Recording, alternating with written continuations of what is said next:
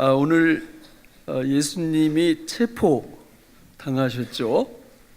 예수님이 체포 당하신 겁니까?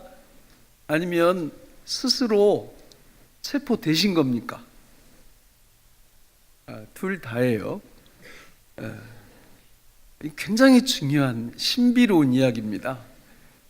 예수님은 체포될 때를 당신이 정하셨어요. 그것만 있으면 안 되죠. 체포하는 사람들이 배반자가 있어야 되고 또 예수님의 적대 세력이 있어야 됩니다. 십자가 형벌도 마찬가지입니다.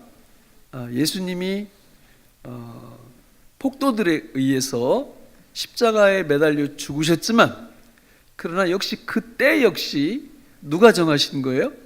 예수님 자신이 정한 것입니다. 그러니까 우리는 이런 신비를 잘 이해하셔야 돼요. 하나님께 쓰임받는다라는 것은 양면성이 있습니다. 하나님의 좋은 일에 우리가 쓰임받을 수도 있고요, 아주 못된 일에 쓰임받을 수도 있습니다. 그래서 잠언 16장 4절 말씀에는 이렇게 말씀하시죠. 여호와께서 온갖 것을 그 쓰임에 적당하게 지으셨나니 악인도 악한 날에 적당하게 하셨느니라. 무서운 말씀이에요. 어떤 분들은 대대에 걸쳐서 하나님 앞에 너무 멋지게 교회 안에서 쓰임을 받아요. 반대도 있더라고요. 대대에 걸쳐서 하나님의 교회를 힘들게 하는 분들도 있어요, 교회 안에서. 그러면 그분들이 빨리 망해야 되잖아요. 절대 안 망합니다. 잘 됩니다. 참 아이러니해요. 세상의 폭군들도 마찬가지입니다. 지금 북한을 다스리는 왕조가 지금 70년이 됐다나 60년이 됐다나 이해가 안 가잖아요. 그런데 성경을 보면 이해 안 갈 게 하나도 없어요. 쉽게 이해가 갑니다. 하나님이 그렇게 하시는 거예요. 악인을 준비해 놓으시고. 저는 우리 지금 현재 대한민국이 공산화될 가능성이 적지 않다 이렇게 봅니다. 왜냐하면 이 대한민국 안에 공산주의를 좋아하는 사람들 숫자가 자꾸 늘어나고 있어요. 왠지 모르겠지만 그렇게 돼서 이 땅이 공산화가 된다면 아마 저 같은 사람이나 또 예수 믿는 여러분들 우리 모두가 굉장한 고난 속에 들어가야 될 겁니다. 그러면 그렇게 된다고 할 때 하나님의 뜻이 성취가 안 될까요? 절대 그렇지 않아요. 그렇게 돼도 하나님의 뜻은 다 이루어집니다. 그러니까 우리가 힘들어서 그렇지 하나님은 하나님의 뜻을 행하는데 무슨 독재자가 있든 또 교회 안에서 하나님의 뜻대로 행하지 않는 사람들이 있든 아무 상관이 없다라는 거예요. 나중에 목표 지점에 가면 주님께서 이루시고자 하시는 주님의 뜻이 완벽하게 이루어진다 그 말입니다. 우리가 이 땅 위에서 믿음 생활하면서 그 과정을 받아들이는 것이 믿음이에요. 어떤 때는 너무 받아들이기가 힘들잖아요. 그러니까 거기에 대해서 우리가 반발할 수 있고 막 때로는 하나님께 원망할 수도 있지만, 그러나 신앙이란 하나님의 절대 주권을 인정하면서 이 땅 위에서 묵묵히 주의 말씀을 붙잡고 걸어가는 것이 우리의 믿음인 줄로 믿습니다. 여러분, 오늘 말씀에 보면 우리 12절로 14절을 같이 한번 읽어볼까요? 시작. 이에 군대와 천부장과 유대인의 아랫사람들이 예수를 잡아 결박하여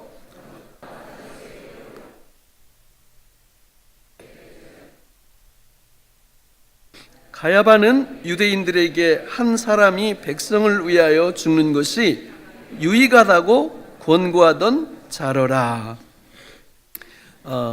이스라엘 당시 그 종교의 어떤 수준이 콩가루 집안이다. 이게 원래 대제사장은 종신직이에요. 그 사람 죽어야 다음 대제사장을 세우게 되어 있는데, 여기 보니까 누가 있어요? 전직 대제사장이 멀쩡히 살아있고, 누군가 봤더니 아버지도 아닌 장인어른이야. 그러니까 완전히 지금 문제가 심각한 거예요. 로마에 의해서 대제사장이 마음대로 바꿔치기 당하는 이제 그런 시국이었기 때문에 이렇게 된 거고요.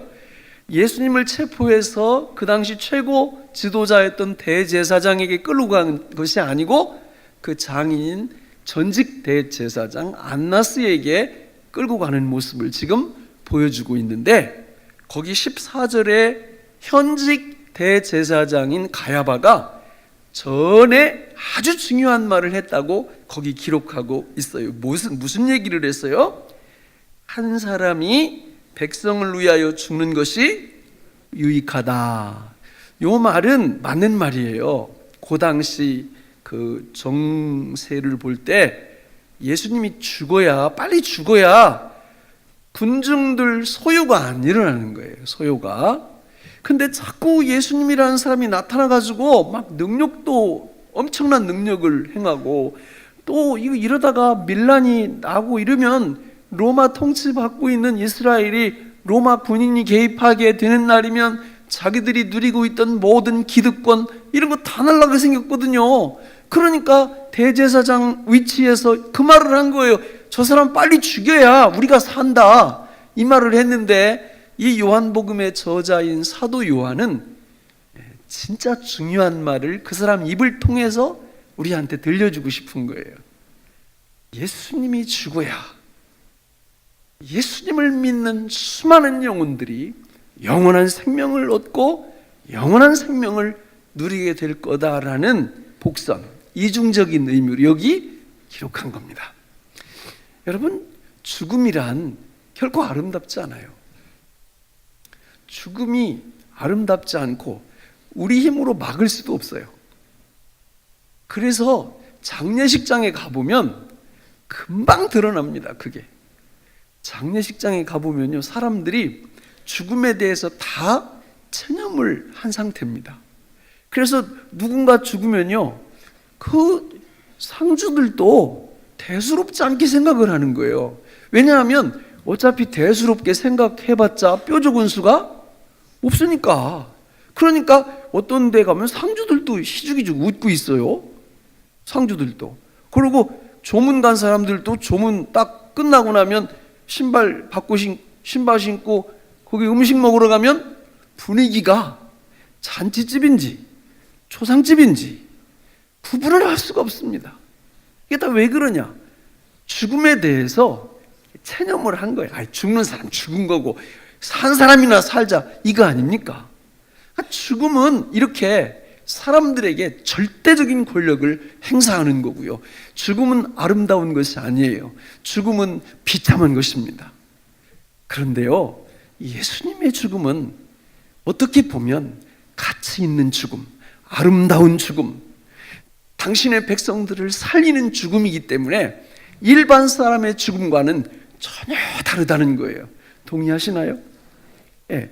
그래서 이 예수님을 믿고 영원한 생명을 얻은 사람들은 이 죽음에 대해서 어떤 자세를 갖느냐면 굉장히 중요합니다.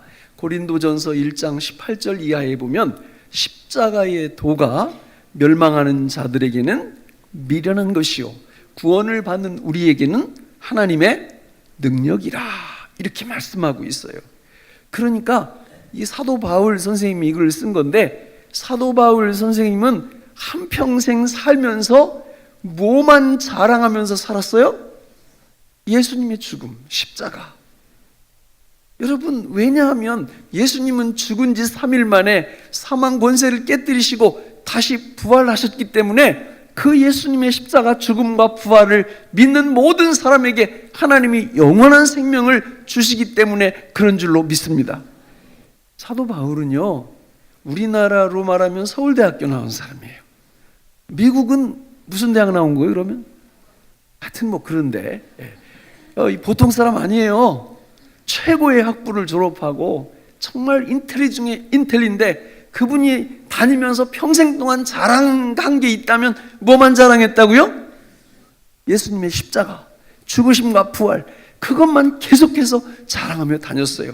오늘 저와 여러분들이 내가 정말 주님의 십자가, 그 죽음과 부활을 자랑하며 사냐, 아니면 부끄러워하면서 사냐, 이거를 점검을 해보셔야 돼요. 한번 물어보세요, 스스로. 이 시간에 나는 예수님의 죽으심과 부활을 진짜 뿌듯하게 생각하고 자랑스럽게 생각하고 나는 평생 이 예수님의 죽음과 십자가를 자랑하면서 살리라, 이런 마음이 있으면 정상이에요. 그런데 하여튼 뭐 좀 쪽도 팔리고 자꾸 예수님 죽는 얘기하면 나는 뭐 별로야, 이렇게 생각할 수도 있어요. 전자입니까 후자입니까? 판단하기가 쉽지 않은가 봐요. 제가 전자인지 후자인지 확고한 기준을 딱 하나 제시할게요. 예수님의 죽으심과 부활을 뿌듯한 마음으로 자랑하면서 사는 분들은요, 그거를 진짜 단순하게 간단하게 자랑해요. 그런데 예수님의 죽으심과 부활을 쪽팔리게 생각하고 부끄럽게 생각하고 하는 분들은 자랑 안 해요. 그거를 전문 용어로 뭐라고 할까요? 우리 이부 성가대는 큰 소리로 대답하시는데 뭐라고 하죠? 전문 용어로? 전도, 도를 전하는 거예요. 도가 십자가의 도잖아요. 예수님의 죽으심과 부활을 우리 삶의 전 영역에서 자랑하는 거예요. 자랑, 예수님 자랑, 예수님의 죽음 자랑, 부활 자랑. 내 삶 속에서 그런 부분이 있다면 정상, 그런 부분이 아예 없다면 비정상. 자, 왜 그런 정상과 비정상이 드러나는가? 자, 오늘 본문을 보면 나와요. 자, 여러분 15절로부터 18절, 25절로부터 27절에 보면요, 자, 이제 그 이야기가 끝나고 나서 우리의 위대하신 형님 베드로께서 또 등장을 하셔서 망신을 당해도 아주 갑오식, 이게 자꾸 일본말이 나오네. 망신을 당해도 정말 어떻게 이렇게 망신을 당할 수가 있어요. 그런데 베드로 사도를 뭐라고 할 수 없는 게 바로 누구의 모습을 적나라하게 드러내주기 때문에 그래요? 우리 모습을 적나라하게 드러내주기 때문에 우리 베드로 형님을 욕할 수가 없어요.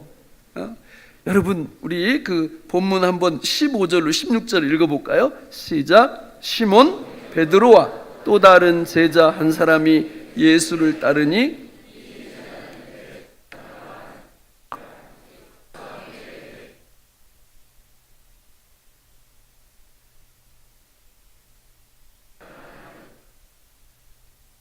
문 지키는 여자에게 말하여 베드로를 데리고 들어오니.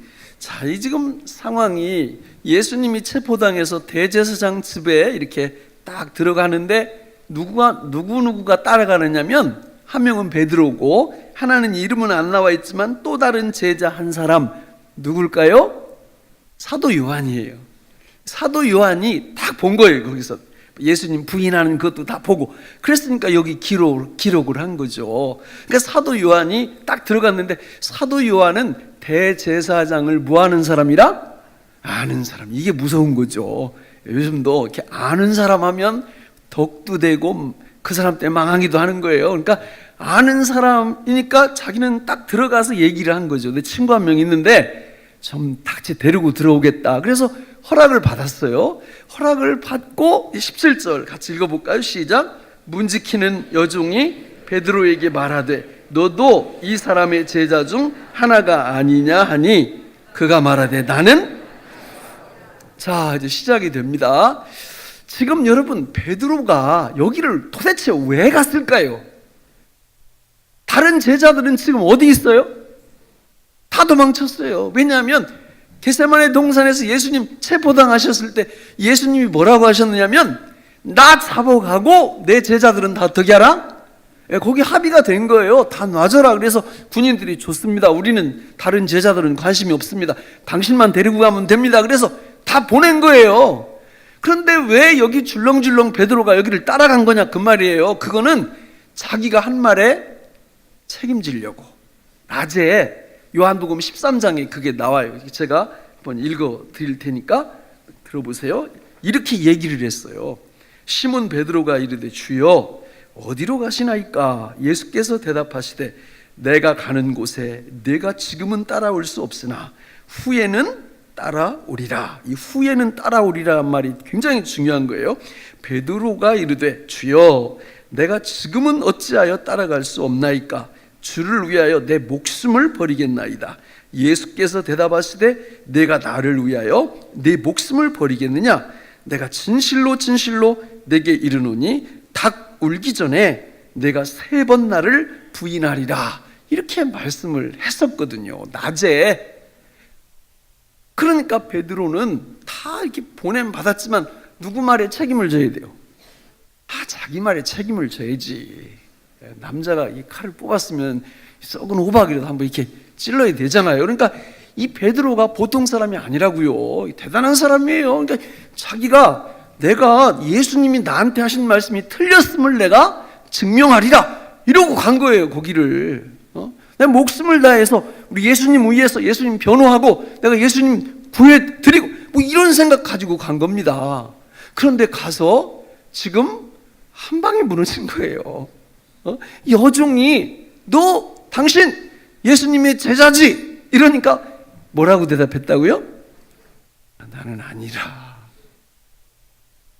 여러분, 뭐가 진실이에요? 낮에 내 목숨까지 드리겠다 이게 진실이에요? 나는 아니라 이게 진실이에요?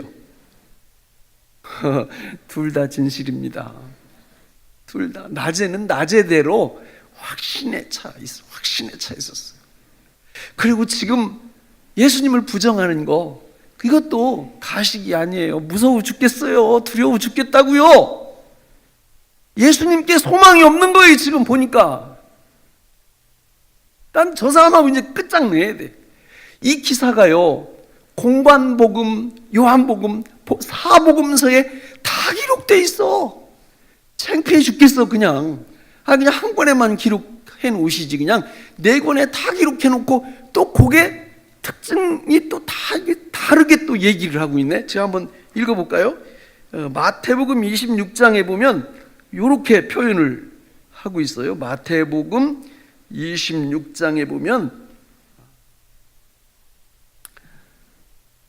조금 후에 곁에 섰던 사람들이 나와 베드로에게 이르되 너도 진실로 그 도당이라 내 말소리가 너를 표명한다 하거늘 그가 저주하며 맹세하여 이르되 나는 그 사람을 알지 못하노라 하니 곧 닭이 울더라. 저주도요 대충 한 게 아니에요. 어떻게 저주했다고요? 아주 어떻게 부인했다고요? 저주하면서.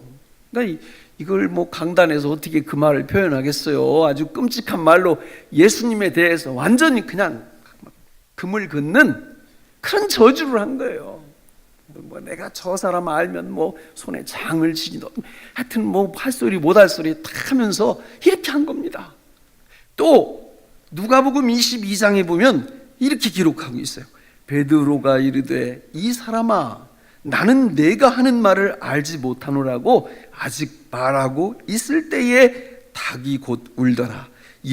주께서 돌이켜 베드로를 보시니 베드로가 주의 말씀 곧 오늘 닭 울기 전에 내가 3번 나를 부인하리라 하심이 생각나서 밖에 나가서 심히 통곡하니라. 한 번 부인했을 때, 2번 부인했을 때는 예수님이 가만히 저기서 계셔요. 3번째 딱 부인하고 뭐가 우니까? 닭이 우니까 딱 쳐다보시는 거예요. 무슨 의미예요 그게? 예? 내 말이 맞지 이거예요. 너 뻥친 거고 내 말이 맞잖아 이거예요. 그래서 밖에 나가서 어떻게 해요? 그날 밤에 닭도 울고 베드로도 울고 다 울었어요. 다 울었어요. 이게 누구의 모습이라고요? 우리의 모습. 그러면 우리에게 베드로에게 희망은 없는가? 소망은 없는가? 오늘 설교 제목이 뭐예요? 시몬이 베드로로 예수님께서 이름을 바꿔주셨어요. 베드로라는 이름으로. 원래는 시몬이었는데. 베드로는 무슨 뜻이에요? 반석, 페트라. 이번에 성지순례 가면 여기는 못 가요. 이 페트라가 거대한 그 바위로 이루어진 도시예요, 도시. 요르단에 있습니다. 요르단에 갔다 오신 분도 있을지 모르겠지만 가면 어마어마해요. 세상에 어떻게 어떻게 바위로 이런 끝도 없이 펼쳐집니다. 바위가. 그리고 그 안에 새끼로 들어가면 그 안에 거대한 도시가 있고 난공불락의 요새가 페트라예요. 페트라. 그런데 지금 예수님이 시몬이라는 말을 사전을 찾아보면은 거기 모래알갱이란 그런 뜻이 있어요. 모래알갱이. 그러니까 결국은 이름을 모래알갱이 같은 시몬, 너를 뭐처럼 만들어 놓겠다 내가? 페트라, 반석처럼 내가 너를 만들어 놓겠다. 이렇게 말씀하신 거거든요. 그러니까 오늘 지금 여기서 보이는 이 베드로의 모습은 시몬이에요, 베드로예요? 시몬이에요. 시몬. 결심 하나는 누구 못지않게 잘하지. 그냥 말씀 들을 때 그렇지 뭐 다 그러다가 여기 문 나가면 언제 그랬느냐는 듯이 싹 잊어먹고.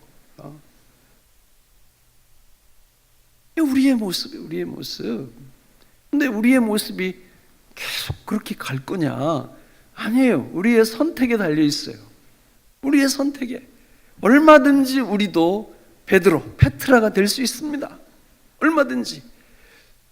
베드로의 삶을 조사를 해보면 그게 나와요.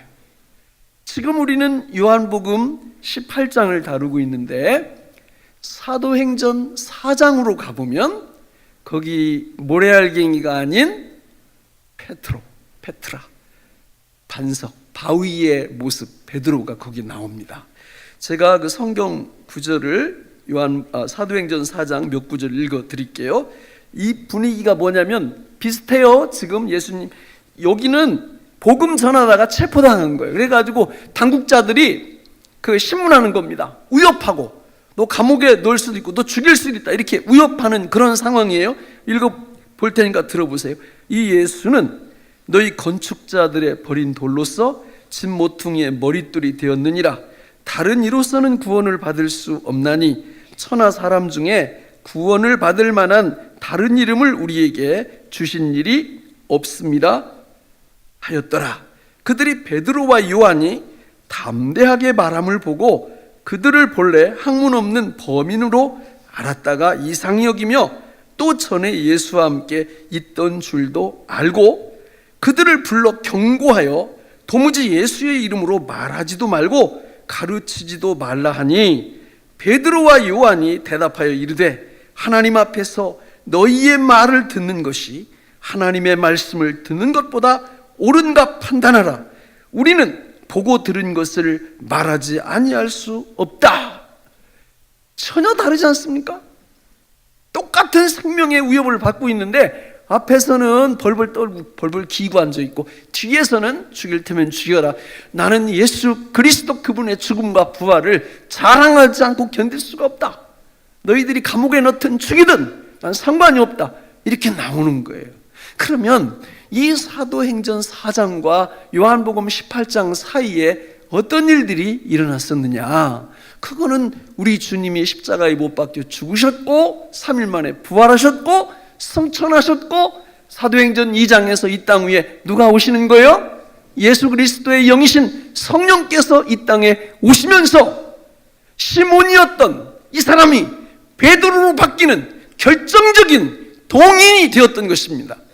따라서 오늘 우리들도 마찬가지예요. 이 땅 위에서 우리가 시몬으로 살기를 원하면 성령 충만을 받지 않으면 돼요. 그냥 내 힘으로 살면 됩니다. 여러분 에베소서 5장 18절에 보면 이렇게 말씀하죠. 술 취하지 말라. 이는 방탕한 것이니 오직 성령으로 충만함을 받으라. 이렇게 말씀합니다. 술 드셔보셨죠? 아무도 술을 안 드. 저는 술을 배우려고 하다가 실패했어요. 잘못 배웠어요. 근데 술 드시는 분들 보면은 술이 흠뻑 충만해지면 누구 맘대로 살아요. 술 맘대로 삽니다. 자기 맘대로 못 살아요. 그걸 지금 비유하고 있는 거예요. 뒤에서 성령 충만해지면 성령으로 취하는 거거든요. 그러면 누구 맘대로 사는 거예요? 성령 맘대로 사는 거예요. 베드로도요, 요런 과정을 거치고 뒤에 가면 또 실수하는 게 있어요. 그렇지만 실수를 오래 반복하지 않고 금방 일어나요.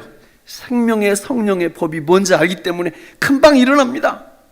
그리고는 평생 동안 시몬으로 살지 않고 뭘로 살아요? 베드로로 사는 것입니다. 그렇다면 여러분, 오늘 하나님께서 우리에게 성령 충만할 수 있도록 주신 하나님의 은총, 하나님의 선물이 무엇입니까? 그 하나님의 은총, 하나님의 선물은 바로 말씀과 기도입니다. 말씀을 읽어도 대충 읽으면 안 돼요. 그거 어떻게 읽으면 될까요? 우리 따라서 합니다. 야무지게. 진짜 해요. 기도를 해도 대충 하면 안 돼요. 어떻게 해야 돼요? 야무지게. 그러면 구체적으로 말씀과 기도를 어떻게 야무지게 하는 거냐? 방법이 있어요. 예를 들어서 성경만 막 딥다 그냥 쫙 이렇게 읽어나가고 땡치면 이거는 성령 충만을 받지 못합니다. 성경은 성령의 감동으로 하나님이 우리한테 주신 책이에요. 주신 말씀이에요. 그래서 예를 들면 오늘 요한복음 18장이잖아요. 그러면 요한복음 18장을 쭉 읽어나가다가 뭔가 마음에 와서 뭔가 부딪히잖아요. 그럼 거기서 멈춰야 돼요. 그리고 그거 붙잡고 하나님하고 대화, 기도하는 겁니다. 그거 하라고 성경을 우리한테 주신 거거든요. 근데 18장을 다 읽어도 마음에 아무런 감흥이 없다. 그럼 19장으로 넘어가는 거예요. 또 19장 읽다가 이게 너무 이 가슴 벅찬 하나님의 감동이 오잖아요. 그럼 그 뒤로 가면 안 돼요. 딱 멈추고 그걸 붙잡고 또 기도하는 겁니다. 그렇게 성경을 읽으셔야 돼요. 그렇게 기도를 하셔야 돼요. 그렇게 말씀과 기도를 야무지게 할 때 성경은 성령의 감동으로 기록된 하나님의 말씀이기 때문에 그렇게 성경 말씀과 기도하는 하나님의 백성들에게 하나님은 성령 충만하게 하실 줄로 믿습니다. 그렇게 안 하면요, 평생 뭘로 산다고요? 시몬으로 살아요. 시몬으로. 결심만 열심히 하고, 이 말도 잘하지. 마음에는 원이로되 육신이 약하도다. 당연히 진리야. 그거 진리요. 그럴 수밖에 없어요. 성령 충만하지 않으면요, 마음만 원함이 있어. 왜? 예수 믿고 구원은 받았는데 성령 충만하지 않으니까 마음만 원함이 있지 그거를 행할 수 있는 능력이 없는 거예요. 능력이. 어떤 분들은 또 그래요. 아이고, 목사님 같이 맨날 성경 읽는 분이라 그렇게 읽다가 감동 오면 기도하고 그러지, 우리처럼 먹고 살기 바쁜 사람들은 바빠서 그럴 시간이 없어요. 그래. 내가 제자 훈련할 때 그런 분들한테 뭐라 그래요? 그러니까 시간이 없는 거지. 그러니까 하나님은, 성령은 지혜의 영이세요. 지식의 영이세요. 능력의 영이세요. 내가 나 혼자 내일 100번 하는 것보다 성령께서 지혜 주시고 지식 주시고 능력 주시면 그냥 게임 끝나는 거예요. 동의하시나요? 말씀을 맺겠습니다.